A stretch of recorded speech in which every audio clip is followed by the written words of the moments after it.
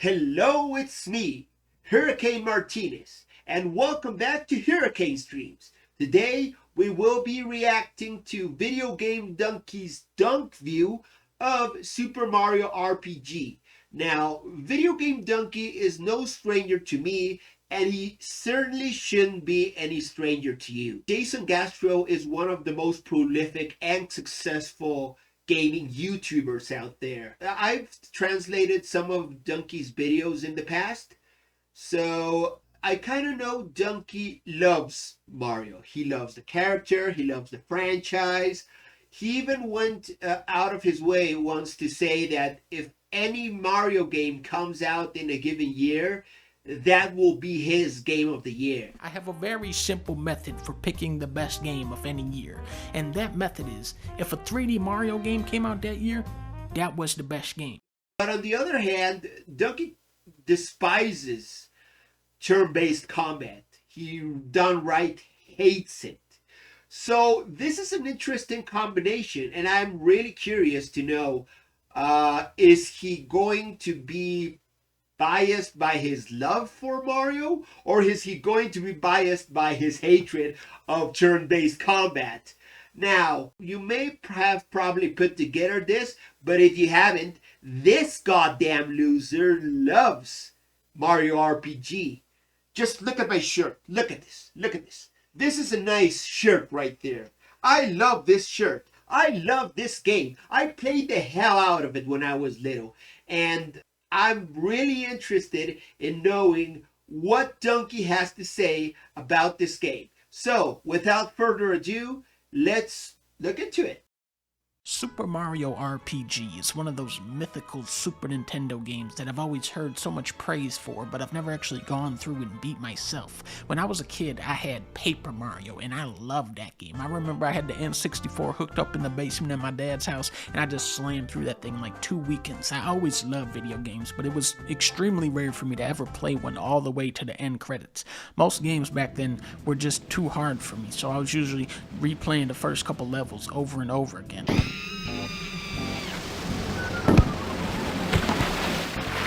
So when I got Pokemon Yellow and Paper Mario, it was insane to me that I could actually progress through the entire game. Paper Mario especially blew my mind. I couldn't believe how much stuff there was in that game. That was by far the most complete and expansive game I had ever played. Playing Super Mario RPG all these years later, I am impressed at how much stuff they were able to fit into a game that is only half as long. The thing about RPGs, especially one from this generation, is that they demand an absurd level of commitment to see them through to the end, which is why when I beat one that I don't like, it seems like the worst game ever made. Even with ones I do like, I'm just daunted at how long they are. I still haven't beat Persona 5. I've been playing that game for 7 years now, and then they put out a new, longer version of the game. Okay, so I didn't know that. I mean, I have seen him talk very good about this Persona game, but I didn't know that he still hasn't finished it. So that's kind of wild to me. I mean, 7 years. Oh man, I do have this game somewhere in my library. I haven't even started it yet, but I've heard very good things about it. So I'm really curious with this. Just this year, there was Baldur's Gate 300-hour game, Final Fantasy 60-hour game, Starfield 70 hours, Wo Long 35 hours long, Lies of P, Diablo 4, Octopath 2, Sea of Stars, Fire Emblem, Persona 5 Tactica, Star Ocean, 2 Yakuza's, Trails into Reverie, Mega Man Battle Collection, Hogwarts Legacy, Tears of the Kingdom 114-hour game. Okay, so this is a legitimate good point here. Recently, we've had a lot of adventure and role-playing games. Now, he's counting games like Zelda and Baldur's Gate, which are technically not fully RPGs. They don't have turn-based combat, but they're still massive games, massive high fantasy themed games. And personally, I had noted that there's a lot of these games flooding the market. I remember on the top of the head the Nintendo Direct in 2021, which had a lot of games such as, I don't know, Dragon Hunter 3 announced, and a lot of farming games. So it was weird to me because as time went by and I saw a lot of these games come out, I was like, who is playing these games? Who is playing Shin Tagame Sensei? Who is playing Ioncy Chronicles, I think it's called? Who is playing various day life? These games are very demanding, as Dunkey says, and you may play maybe 3-4 games of these a year, unless you have nothing else to do but to play games. I mean, if you have a job or have to go to school, you're not gonna play all these games. So it kind of like surprises me. Why is the market so flooded with these type of games? These are long games, and if you buy one of them, you most likely won't buy another one in quite a while. I'm guessing it's because these games take so long to make. So maybe these games started development during the lockdown, like when the COVID pandemic was at its peak. And then the developer said, well, we have this game almost finished, but everyone's back at the streets now. But I invested like my developers and my money in producing this game, so I might as well put it out there. That's the only thing that comes to mind. Why else would there be so much fucking games of these type out there? I don't get it. Front Mission, First Remake, Dragon Quest Treasures, Dragon Quest Monsters, Jagged Alliance 3, Wrestle Quest, Final Fantasy 7, Ever Crisis, Disgaea 7, Lords of the Fallen, Wise 9, Advance War, Digimon, Dragon Ball, Monkey Ball. There is not enough time in life to play just the RPGs from this year. Okay, Dunkey. You've made your point. I mean, I get it. I get it. We're about 2 minutes into the video, and you barely even talked about Super Mario RPG. I mean, the title of this video is Super Mario RPG dunkview. Speak about the game. It kind of seems like Dunkey is trying to avoid talking about the game negatively, so to avoid annoying the game's fan base or his own fan base. So it's kind of strange. Come on, Dunkey. Come on. I want your honest opinion. You kind of just have to pick one and hope that you pick the right one for the next 5 years. I beat this game in 12 hours, which is insane for an RPG. They were rolling the end credits on this before you even get to the good part of Starfield. Wait. Did he say 12 hours? I beat this game in 12 hours, which is insane for an RPG. Give me just a moment to double check that.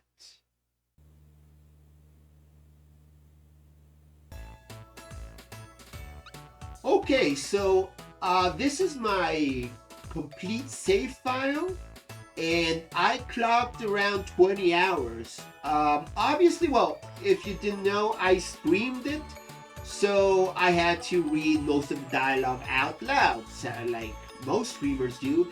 That also like adds a little bit to the total time I invested in playing it. And of course, I tried to go complete all the side missions and get all of the like the best armors, the final weapons for each character, the best accessories. So yeah, I think Dunkey kind of speed ran this game here. I actually am curious if he streamed it. I don't know if he streamed it. I'm guessing not, because 12 hours, I think, even for this game is very, very little time. But yeah, I think he did go rush. He went rush mode on it. Because it's such a short game, the pacing is just bam, bam, bam, just a constant barrage of new characters, new songs, new enemies, new boss fights. They could have easily padded this out to be twice as long, but nope. Okay, so yeah, he talks a little about here about the characters. I do agree. I mean, there is a very like fast pacing to it all, but there is also a disparity in how characters are treated. Like, for example, this guy on screen right now, Croco, he gets a ton of development over the game. In the first part of the game, when he steals Mario's coin, then he robs all the coins he has from Mario, and then afterwards, you see him like change into an ally. So yeah, he has a lot of development. Characters like Booster and Valentina also get like, you get to know them. There's a kind of build up before you confront that part of the stories. But there are other characters that are pretty much undeveloped. You meet them in their battle, and you kill them in the battle, and that's all the development they got. I'm thinking particularly the late game bosses, like in the factory. You fight a lot of Smithy's top helpers, and they just like show up, you kill them, and that's it. That's all you got. You didn't get any character out from them. The ones that are well developed, I think, they are pretty good. Even though many of the songs are much shorter, this game has just as many tracks as Final Fantasy VI. They got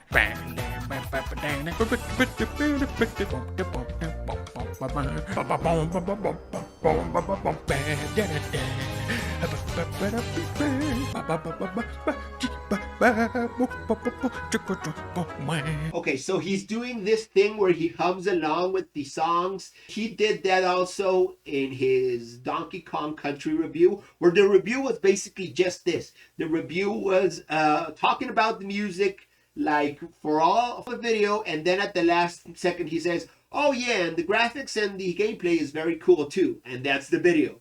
It does seem like Dunkey is purposely trying not to speak too much about this game. I wonder why. He still hasn't gone very deep in detailing his opinion about the game. So, okay, here we go. There's a lot of peculiarities that come with being the first and only Mario RPG developed by Square. There are a ton of new faces and bizarre characters you would never expect to see in a Mario game. Geno and Mallow are great companion characters, but even beyond them, characters like Boshi. How come we never see Boshi in Mario Party? Big Yoshi, he comes from this game, but I couldn't actually find him. That was devastating. It's right here, right there, Donkey. You were right there. It was in Joestar Island. That's where you find the baby Yoshi. You feed him cookies so he gets to grow to the big Yoshi. You barely just missed him. So yeah, he kind of rushed this game. I'm not surprised he didn't find big Yoshi.